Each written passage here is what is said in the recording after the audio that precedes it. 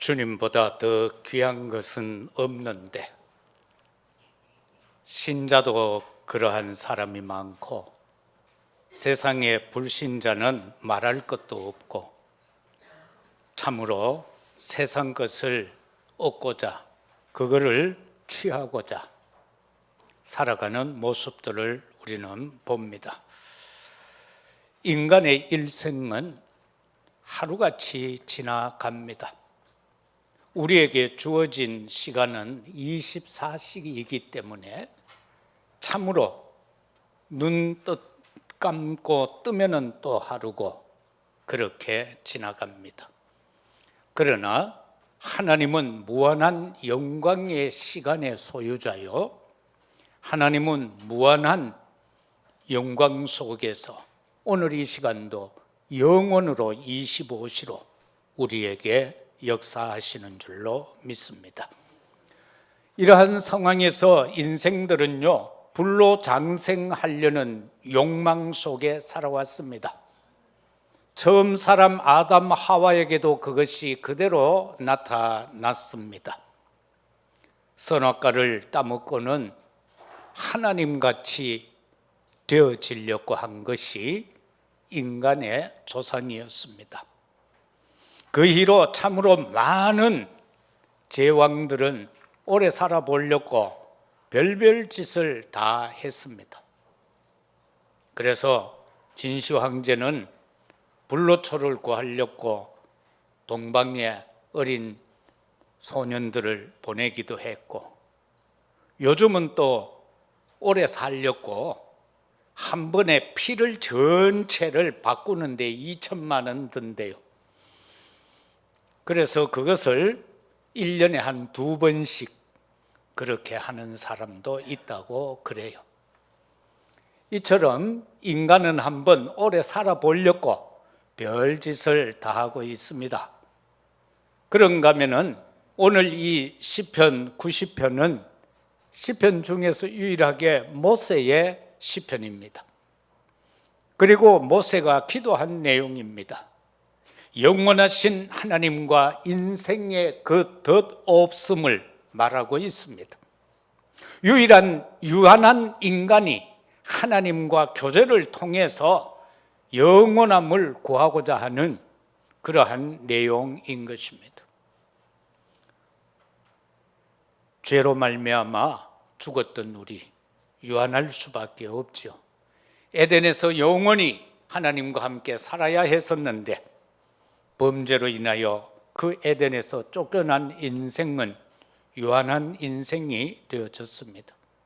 그러나 예수 그리스도를 만나면은, 참으로 우리가 하나님을 만나면은 우리의 생명은 영원하여질 줄로 믿습니다.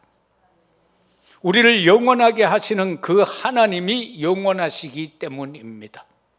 우리를 허물과 죄에서부터 구원하신 그분이 영원하신 분이기 때문에 그러합니다. 1, 2절에 보면은 지존자의 은밀한 곳에 거주하며 전능자의 그늘 아래, 91편이네요. 주여, 주는 대대에 우리의 거처가 되셨나이다. 산이 생기기 전 땅과 세계도 주께서 조성했습니다. 그렇게 하기 전 곧 영원부터 영원까지 주는 하나님이시다라고 지금 모세는 고백하고 있습니다. 그런가 하면은 계시록 1장 8절에서도 보면은 나는 알파와 오메가다라고 예수님이 그렇게 말씀합니다.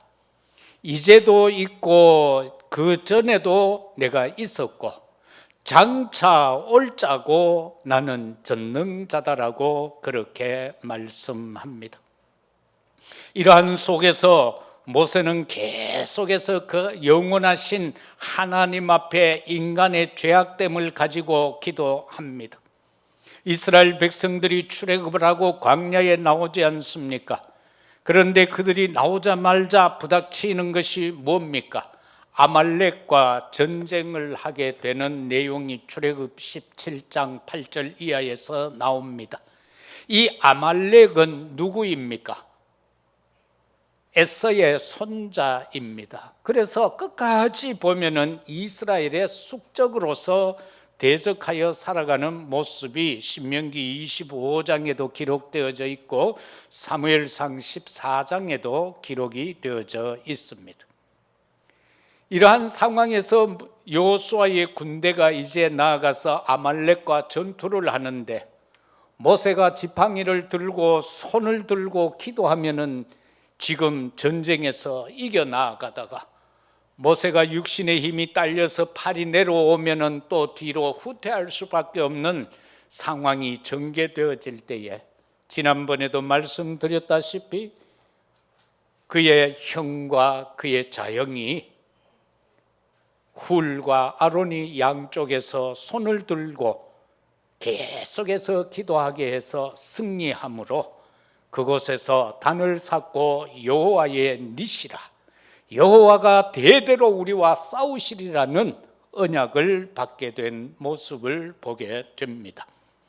이처럼 하나님께서는 영원하신 분이라는 것을 저와 여러분들은 절대로 놓치면 안 됩니다. 거기서부터 시작을 해야 합니다. 그런가 하면 또 한 가지는 이스라엘 백성들이 광야로 나왔는데 불신앙하는 백성이었다라는 사실입니다. 이 불신앙하는 백성을 위해서 지금 모세가 기도하고 있습니다. 민수기 14장 11절에서 25절에 보면은 여호와께서 모세에게 이렇게 말합니다. 모세야, 이놈들이 10번이나 나를 시험하지 않았느냐. 그래서 내가 이제 이 백성에게 본때를 보여줘야 되겠다. 그래서 전염병으로 다 죽여버리겠다. 그렇게 말씀하고 있는 부분입니다. 그러나 나의 말을 순종하는 저 갈렙은 내가 그 후대까지 살려놓겠다. 그들은 가나안에 들어가게 하겠다라고 또 약속을 하죠. 그러면서 이스라엘 백성은 곧바로 보름이면 넉넉히 들어갈 수 있는 그 길을 40년 동안 광야의 길로 접어들게 하는 사건이 바로 이 현장의 사건인 것입니다. 이 광야 40년을 통하여서 만 20세 이상 된 장년들은 그 광야에서 다 죽게 됩니다. 그리고 새로 태어난 백성을 통하여서 하나님의 언약을 새롭게 해서 가나안으로 들어가게 하심을 보게 됩니다. 그런가 하면은 또 모세를 통하여 모세는 또 하나님 앞에 기도합니다. 출애굽기 32장 32절에 보면은 모세가 이렇게 기도하는 장면이 나옵니다. 이제 그들의 죄를 사하여 주십시오. 그렇지 아니하면은 원하건대 주께서 기록하신 책에서 내 이름을 지워 주세요라고 그렇게 기도합니다.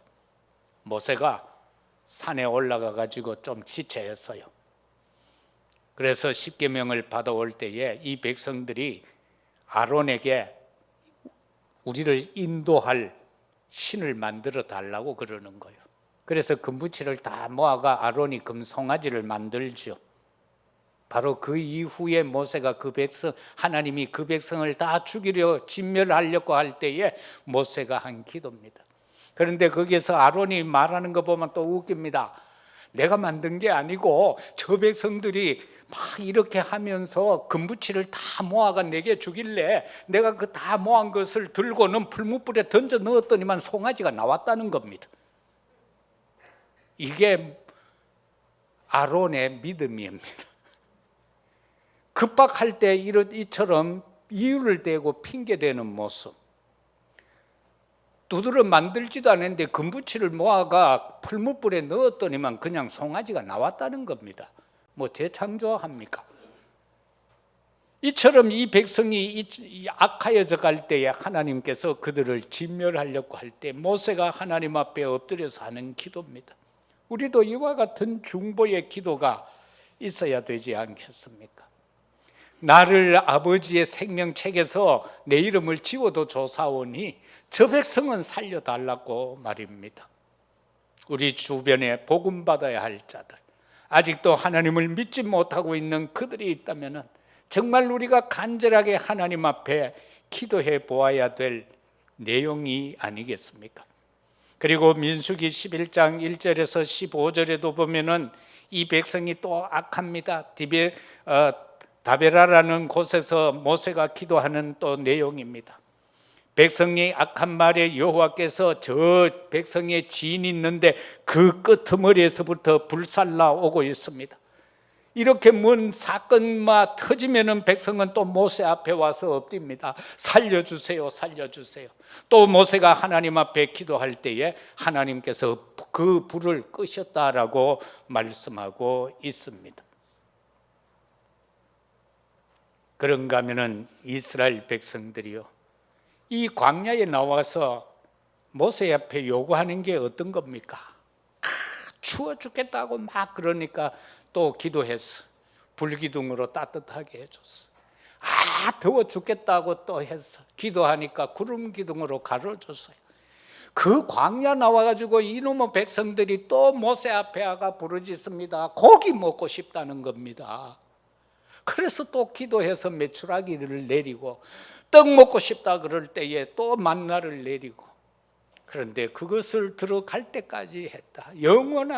영원하신 하나님, 그 자녀는 아무리 속을 썩여도 끝까지 함께하고 끝까지 동행하고 끝까지 인도하시는 줄로 믿습니다. 우리가 신앙생활을 하다가 보면은 때로는 좀 우리 스스로가 생각해도 좀 부끄러울 때가 있죠. 아버지 참 죄송합니다, 송구합니다. 그렇다 할지라도 그 말만 하면은 하나님은 그래, 네 수준 안다, 그래 같이 가자, 그러면서 하나님은 우리를 업으시고 안으시고 데리고 지금 여기까지 오셨습니다. 내가 잘나서 여기까지 온 거 아닙니다. 우리는 두 가지를 한번 생각해 보아야 합니다. 하나님이 내게 어떠한 생각하는 것, 계획하는 것을 이루어 주셨을 때에 어떤 사람은 이렇게 말할 겁니다. 내가 열심히 했더니만 이렇게 되었다라고 말입니다. 믿으면서도 말이죠. 그러나 어떤 사람들은 하나님의 은혜다, 나는 부족한데 하나님께서 이렇게 응답해 주셨구나. 그것은요, 똑같은 것을 받았지만은 그 속에서의 반응은 정말 다르잖아요. 하나님이 보실 때에는 완전히 다른 상황 아니겠습니까? 똑같은 걸 줬는데 내가 열심히 해서 이래 됐다. 똑같은 것을 줬는데 하나님의 은혜다라고 하면은 어떻게 되겠어요? 내가 아버지 어머니를 잘 모셨더니만 노란마지기 줬다라고 하는 거하고, 나는 잘 모시지 못했는데 참 아버지 어머니 감사합니다, 은혜입니다라고 하는 거하고, 내 설교가 어려워서 이렇게 쉽게 다시 한번 예를 듭니다.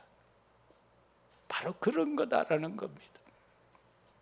그런가 하면은 우리 하나님은요, 창조주요 구원자요 심판자입니다. 하나님의 절대 주권을 우리는 역대상 29장에서 찾아볼 수 있지 않습니까? 다윗이 하나님 앞에서 기도하는 내용 아닙니까? 그 중에 11절 12절에 보면 이렇게 말씀합니다. 천지에 있는 것이 다 주의 것입니다. 이 다윗의 기도예요. 천지에 있는 것이 다 주님의 것입니다. 주권은 주께 있습니다. 주는 만물의 머리가 되십니다. 부와 귀가 주께로 말미암았습니다. 주님은 만물의 주재자이십니다. 사람을 크게 하심과 강하게 하심이 주의 손에 있습니다. 나를 나되게 하시는 것은 주님의 손에 달려있는 줄로 믿습니다. 물론 우리가 열심히 일하는 것 맞습니다. 그러나 더 중요한 것은 주님의 손에 달려있다는 믿음을 갖는 것이 우선입니다. 그리고 시편 139편 1절에 4절은 우리가 생사화복이 주의 손에 있음을 또 다윗이 고백하는 거죠. 내가 일어서고 앉는 거 주님이 아십니다. 나의 생각도 밝히 알고 있습니다. 나의 모든 길, 나의 모든 눕는 것, 나의 행위를 아버지가 아십니다. 내 혀의 말을 알지 못하는 것이 하나도 없습니다. 내가 말하는 거 하늘에서 다 녹음해 놓고 있다는 겁니다.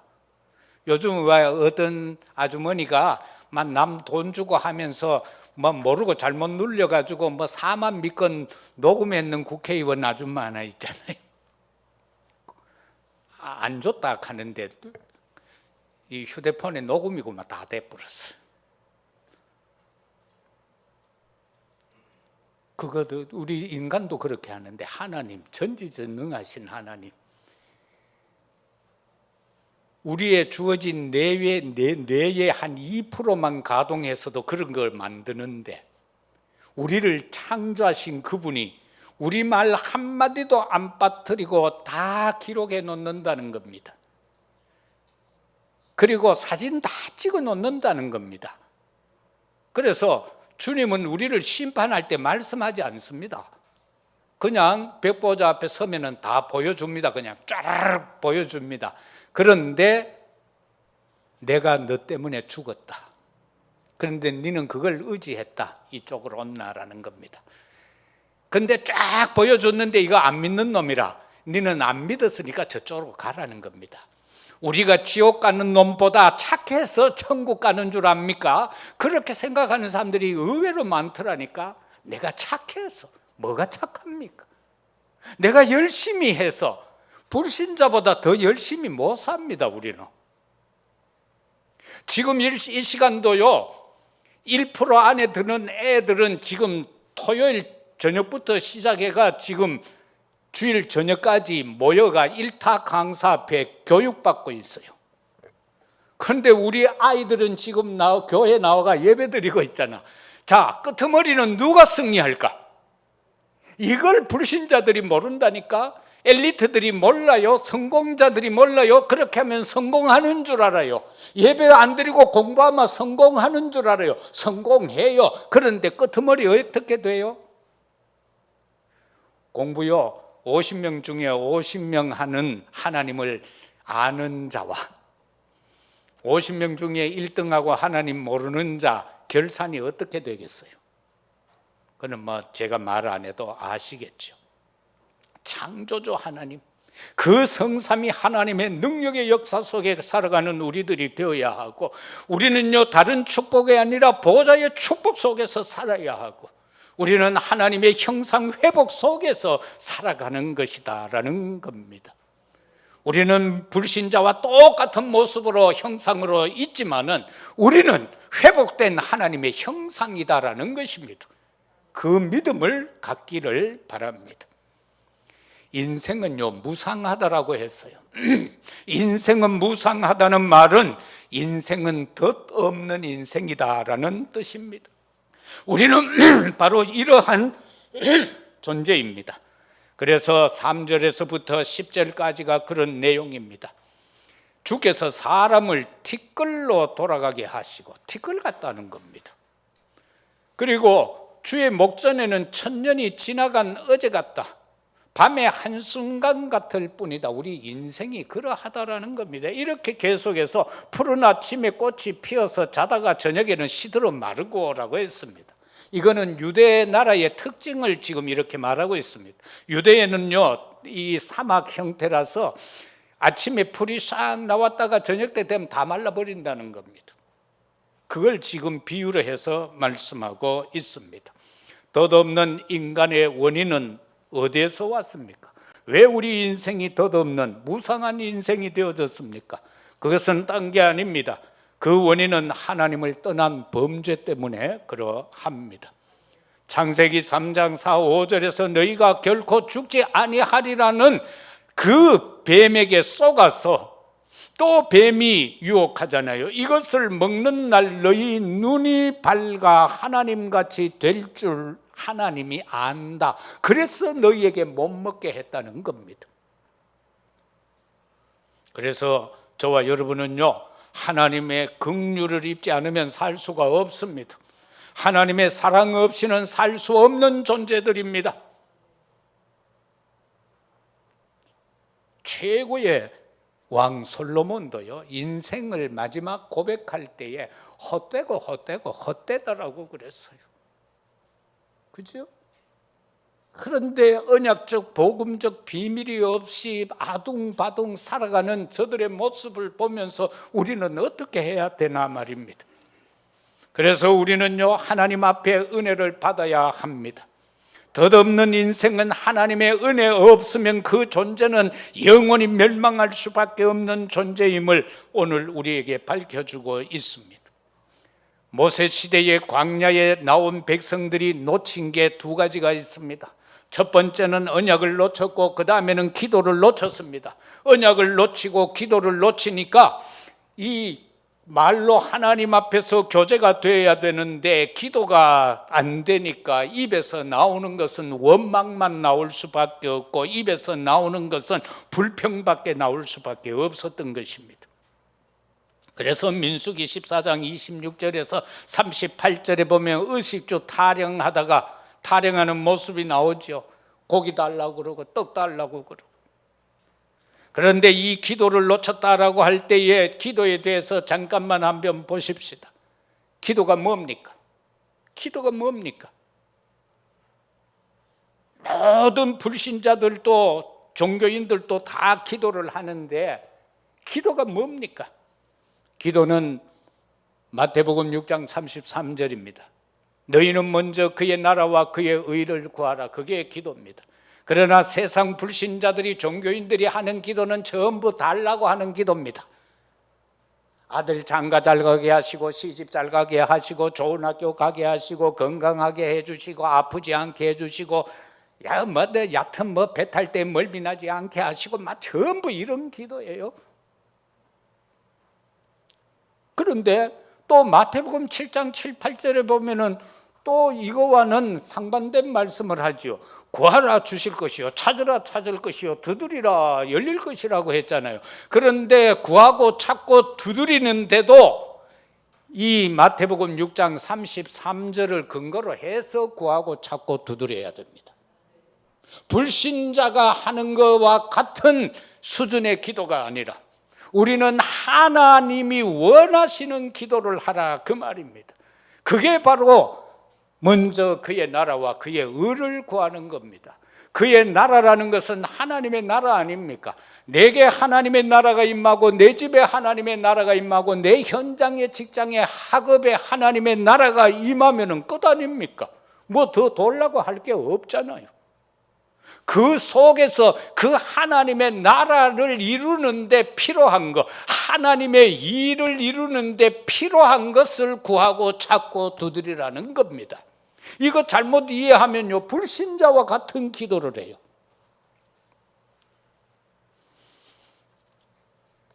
그래서 구약 사상을 보면요, 이 사람들은 하나님을 믿는다고 하면서도 덧없는 인생을 살고 있어요. 왜 그런 줄 알아요? 7절 9절의 말씀을 보면은요, 우리는 주의 노에 소멸되며 주의 분내심이 놀라나이다. 주께서 우리의 죄악을 주의 앞에 놓으시며 우리의 은밀한 죄를 주의 얼굴빛 가운데서 두셨나이다. 우리의 모든 날이 주의 분노 중에 지나가며 우리의 평생이 순식간에 다하였습니다 라고 이렇게 말하는 것은 뭔 뜻입니까? 인간은 구약시대의 모든 사람들은요, 언약을 놓쳐서 율법의 짐을 지고 살아간다 그 말입니다. 십계명에서 벗어날 인생 아무도 없습니다. 그걸 어떻게 다 지킵니까? 그죠? 그런데 그 십계명이라는 것은 믿는 자가 삶의 도리를 말하는 거지 그게 구원의 기준이 아닙니다. 그래서 저와 여러분들은요, 언약 곧 말씀을 회복해야 됩니다. 하나님의 말씀은 우리에게 짐을 지우는 말씀이 아닙니다. 하나님의 언약은요, 우리에게 짐을 지우는 게 아니에요. 그러나 구약 사상 속에 사로잡혀 있으면은 무거운 짐을 지고 살아갈 수밖에 없는 삶을 살 수밖에 없어요. 그래서 뭐 조그마한 것만 실수해도 그러잖아요. 뭐 예를 들면은요, 뭐 이래 하다가 뭐 조금 그릇을 하나 깨서 설거지 하다가 아이고 내가 새벽기도 안 갔디 이래 됐나 하고 이게 전부 율법적인 요소요. 그렇다고 내가 새벽기도 하지 마라 하는 말이 아니고, 그러면은 옛날에는 하얀 운동화 신고 다니잖아, 학교 다닐 때. 막 버스가 복잡하니까 발 삐부면 그거 큰일 나요. 그래가 분필 가지고 다시 막 칠하고, 그 기억나지? 그러면은요, 내가 뭘 11조를 안 들어가 신발 밟히다고 이런 식. 내가 옛날에 우리 요셉이가 내 처음 교회 그 전도사로 있을 때에 강도사가 돼가 이제 교회 사택 안에 들어갔어. 근데 형제 둘이가 아랫도리 벗고 교회를 뺑뺑 돌면서 이제 교회 안에서 놀고 있어. 놀고 있는데 옆집에서 누가 아가 놀다가요, 이 야구방매니까 요셉이 머리를 때려 버렸어요. 그래 애가 막 아프다고 부었어. 그런데 뭐 그냥 지내간 줄 알았어. 밤에 늦게 되니까요, 아가 막 열이 막 40도로 올라가고 애가 할 수 없어서 어디로 갔노 하면 동산병원 응급실로 들어갔어요. 가서 이제 주사 맞고 이제 이래 되졌는데, 그때 내 머릿속에요, 이 율법의 짐이라 하는 게 탁 떠오르는 게, 내가 그때 누구 돈을 빌려줬어요. 살고 있던 아파트 그 돈을 뽑아냈으니까 그걸 갖고 있다 누가 빌려달라 해가 줬는데, 이자를 받았는데 11조 안 하는 게 대변 탁 생각나는 게, 이렇다니까. 율법의 짐을 지면은 이렇게 되어져 가요. 그래가지고 그 다음 주에 몇 달 안 했던 거 다 했다는 것 아니요.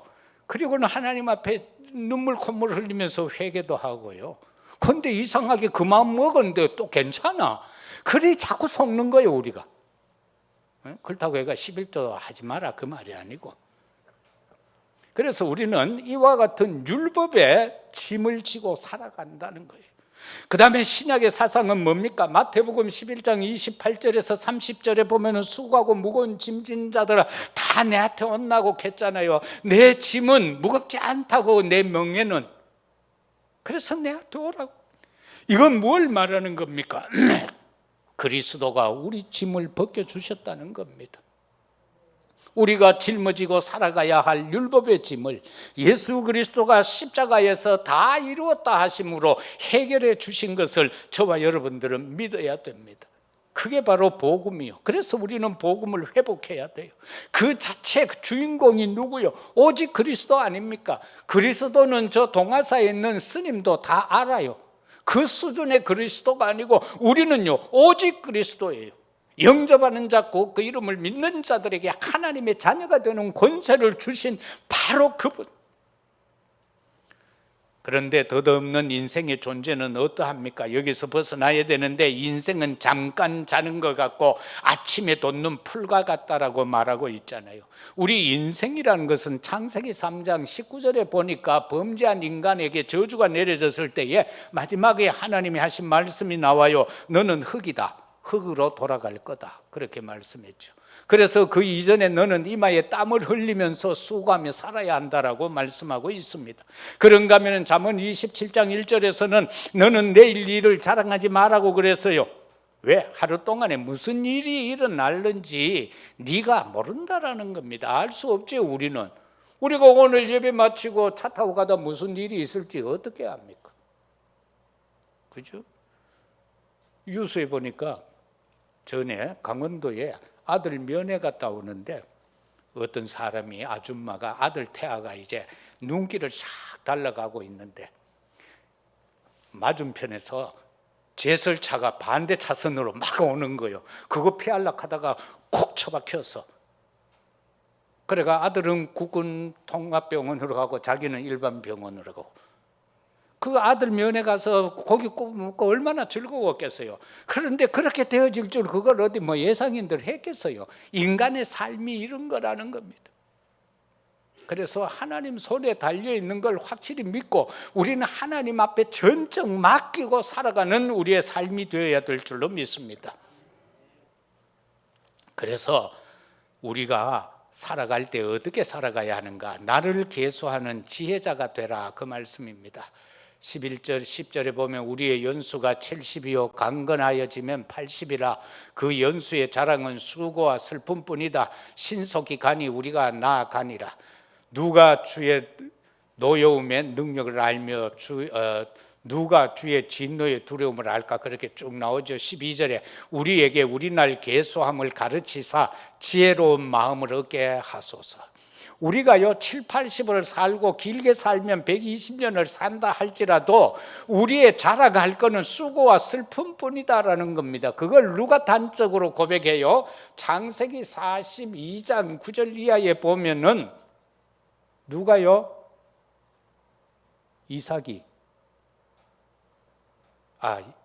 이삭이죠. 야곱이가 바로왕 앞에 갔을 때 고백이잖아요.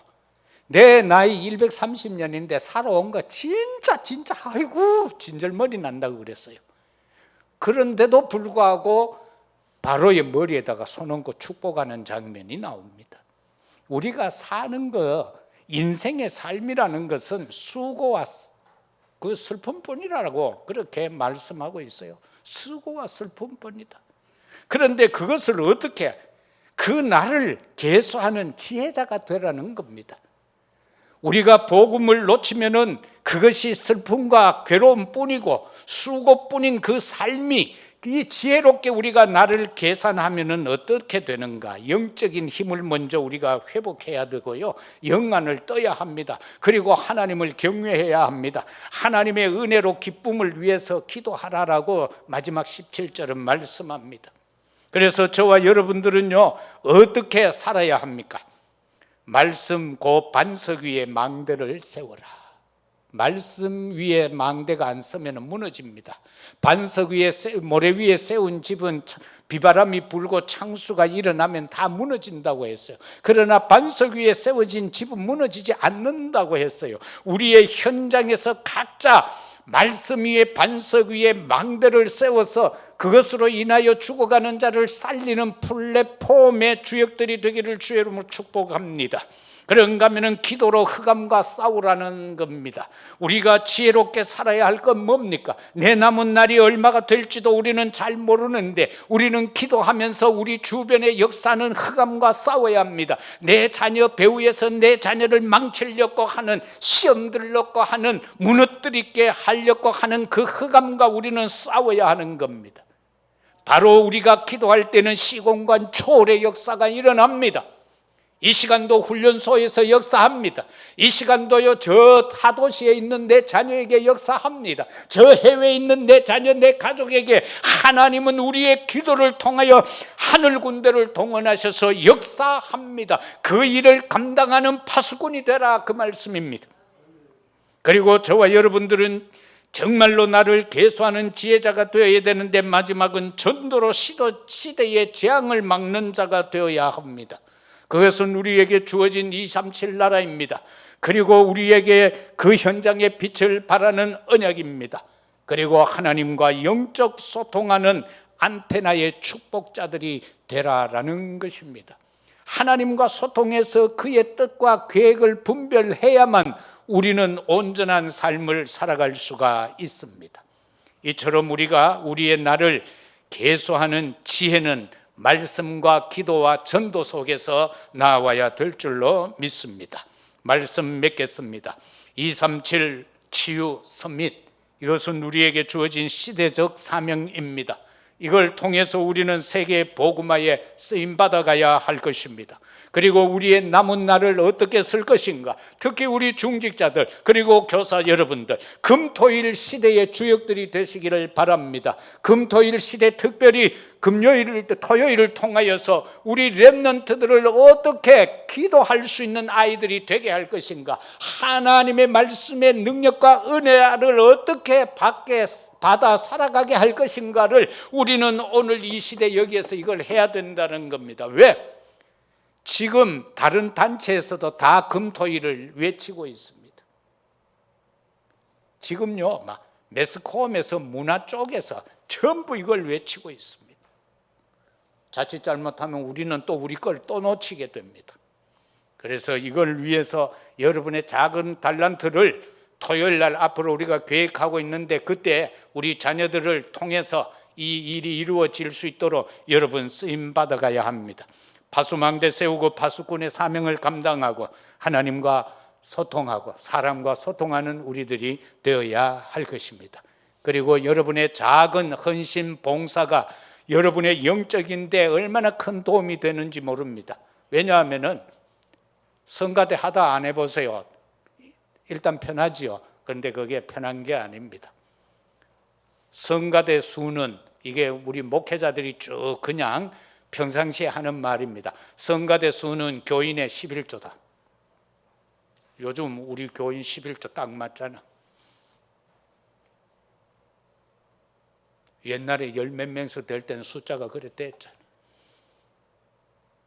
그래서 내가 억지로라도 성가대 서면 내가 10명 감당하는 거예요. 희한하죠? 하나님의 법칙이요. 그거 큰 교회 가서 성가대 수 한번 세어봐요. 그렇게 된다니까. 저 큰 교회 가면 성가대가 1000명씩 앉는다니까. 희한하지요? 꼭 하나님 희한하잖아. 그래서 각자의 사명을 진짜 힘들고 어려워도 좀 감당해 보세요. 그러면은 그게 하나님이 나를 통해서 이루고자 하는 역사의 축복이 시작되어질 겁니다. 하나님은 영원하십니다. 그러나 우리는 돛없는 무상한 인생입니다. 그래서 하나님 앞에서 온전히 나를 계수하는 지혜자들이 다 되셔서 이 한 주간도 현장에서 승리하는 우리 모두가 되시기를 예수 그리스도 이름으로 축복합니다. 아버지 하나님 감사합니다. 영원하신 하나님이 나의 아버지이십니다. 나의 창조주이십니다. 내가 좀 모자라도 부족해도 연약해도 그 아버지는 나와 함께 하십니다. 덧없는 인생임을 깨닫고 하나님 앞에서 살아가는 저희들 되게 하시고 하나님의 은혜를 구하게 하소서. 하나님의 능력을 구하게 하소서. 감사합니다. 예수 그리스도 이름으로 기도드립니다.